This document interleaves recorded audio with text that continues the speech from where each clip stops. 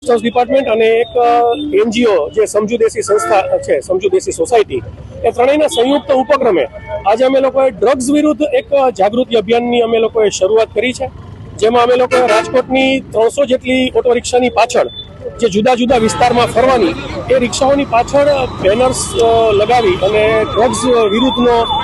જે એક સતર્કતાનો અમે સંદેશો છે સમાજમાં અમે પ્રસારિત કરવાની તૈયારી કરી છે. કારણ કે રિક્ષા છે બહુ પ્રબળ માધ્યમ છે જાહેરાત કરવાનું,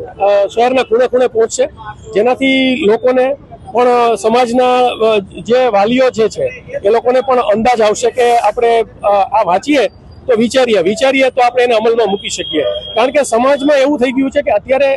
અમારી પાસે જે સ્ટાફ છે એની વસ્તીના પ્રમાણમાં સ્ટાફ ઓછો હોવાથી દરેક જગ્યાએ આ ડ્રગ્સનું દૂષણ રોકવા માટેની અમલવારી કરવી અમારા માટે પણ બહુ મુશ્કેલીરૂપ હોય છે.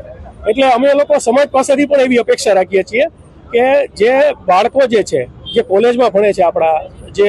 સ્કૂલોમાં ભણે છે, આ તો નાના નાના બાળકોને પણ અત્યારે એવા લોકો મળી જાય છે કે જે આ ડ્રગ્સના રવાડે ચડાવી દે, તો આજે બાળક તો હાથમાંથી જાય છે પણ આપણું ઘર પણ બરબાદ થઈ જાય છે. તો એવા સંજોગોમાં અમારા ડિપાર્ટમેન્ટ વતી અમે લોકો અપીલ કરીએ છીએ કે સમાજના દરેક વર્ગના લોકો આ દૂષણ પ્રત્યે થોડુંક ધ્યાન રાખે. કારણ કે ડ્રગ્સનો દાનવ છે ને એ માણસને અમાનવ બનાવી નાખે છે. એટલે જો ડ્રગ્સ વિશે તમે જરા પણ ધ્યાન નહીં રાખો તો એ ડ્રગ્સની શરૂઆત